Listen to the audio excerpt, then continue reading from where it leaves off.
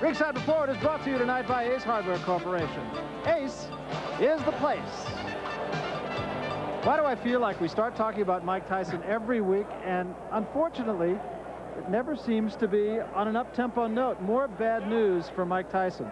Well, it's a shame, you know, because we'd rather be talking about what's happening in the ring for Mike Tyson. As everybody knows, unless they're on another planet, there has been allegations that Mike Tyson raped a young lady at the Black Expo in Indianapolis. The only thing that we can still report on this is that probably in a couple of weeks, there will be a special grand jury that will be called to try and look into this. But there are disturbing reports in the press that there may be enough for an indictment already, though we don't know that for sure. A lot of people shaking their heads right at the moment. Let's talk then about some of the pretenders, because, of course, people are lining up for shots at the heavyweight title, and we got a glimpse of one just the other night. Yeah, we did indeed. As we looked at Michael Moore against Alex Stewart, a young man who went right past the cruiserweight division into the heavyweight division, was very effective against Alex Stewart early, but look at Alex Stewart, not giving up, coming back and hurting Michael Moore, and some would say, oh boy, he can't take a heavyweight punch, but guess what? He did, didn't he?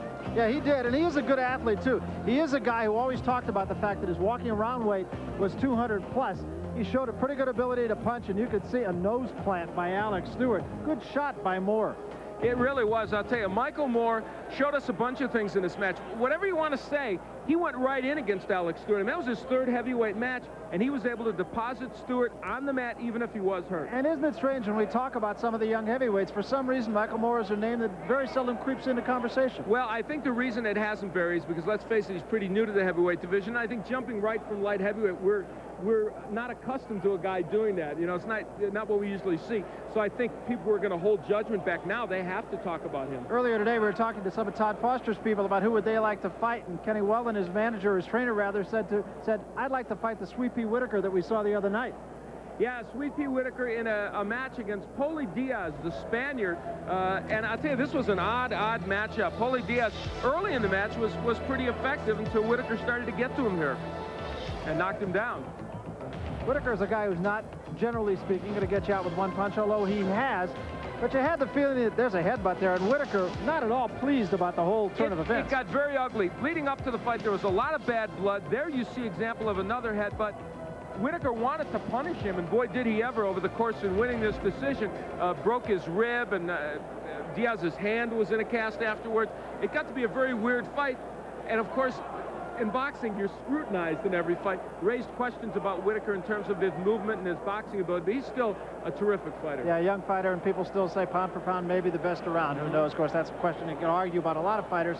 Let's talk about another fight. Before we tell you what's coming down the road in the sport of boxing, let's talk for just a minute about a fight that we feel is going to happen, and it's going to happen probably sooner rather than later. A fight that was supposed to have taken place just a week from tonight. Yeah, Ray Mercer, of course, was supposed to be fighting Tommy Morrison on August 9th, and we filled your head with all kinds of goings-on about that. Everybody mad at everybody else. Now Riddick Bowe fighting Bruce Seldon on that date. But on October 18th, Ray Mercer will, in fact, get in the ring against Tommy Morrison, we are told, to defend his WBO heavyweight title. And we presume the winner of that one might well face the winner of the Bowe-Seldon match in kind of an elimination tourney to see who might go on against Holyfield or whomever is the heavyweight champ. That seems to be what's happening now, kind of a process of elimination. And remember Michael Moore, of course, because he's starting to be a guy to contend with. Now, let's take a look at the guy. What's coming up in the sport of boxing? And Tracy Harris-Patterson will get it on with Oscar Guzman. That is Saturday, this coming Saturday. It takes place in Columbus, Ohio.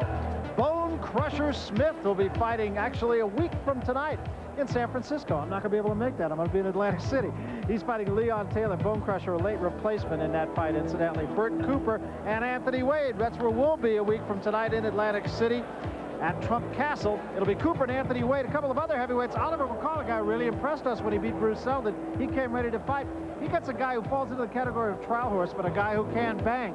Jesse Ferguson. That should be an entertaining evening, I think. Well, it should, and we've seen Oliver McCall. He looked very impressive in his last performance in winning and beating Bruce Seldon. So I look forward to seeing just how well Oliver McCall can do. You know, we always talk about young fighters, guys to look for down the road, and we have been yammering, it seems, for quite a while now about the Reyes brothers in Los Angeles. Kind of a mixed bag for them the other night. They're fighting in their home turf of Reseda, California, the country club there where the Goosens promote.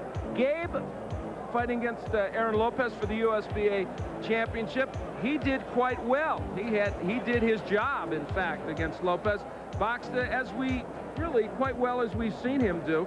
And I think that for him, Barry, he's a guy that's looking for a world title shot pretty soon. And the fact is, Rafael Ruelas, his brother, fought a guy by the name of Mauro Gutierrez. Now, nobody really thought that that was going to be any problem for Rafael.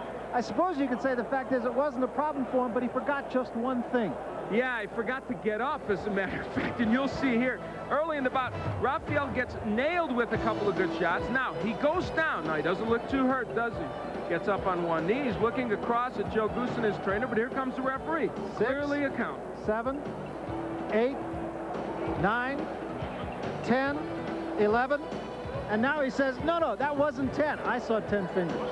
Simply a lapse of concentration. You see Joe Goosen jumping in the ring, looking at the referee. What was that? Well, the fact is the referee did in fact count to 10. There's really not much the referee can do about it. Not an error on his part. Simply a lapse in concentration. Rare for that camp, but it happened to Rafael Ruelas. I'm sure he'll want to get Gutierrez back in the ring as soon as possible. And don't you have the feeling they will make that match? Yeah. So that's a tough way to lose for Rafael Ruelas. We've been talking about fights that are coming up. Let's talk about a fight that might not be coming up. Well, it's not surprising to know that the George Foreman matchup against Boone Pultz on September 7th is shaky. It's in doubt. Will it happen or won't it happen? It might not happen, of course, if Foreman ends up being the man that Holyfield boxes, if Mike Tyson's legal problems continue. If it isn't, it will be, in any case, it's going to be moved from the Bahamas on September 7th, possibly to Atlantic City later in September, or it may well be canceled. But that bout is very shaky right now. Heartbreak at the moment for all you Boone Pultz fans who just have to wait until he can get his chance against George Foreman, who incidentally may have a bad knee. This has been Ringside Report, a weekly magazine of boxing news.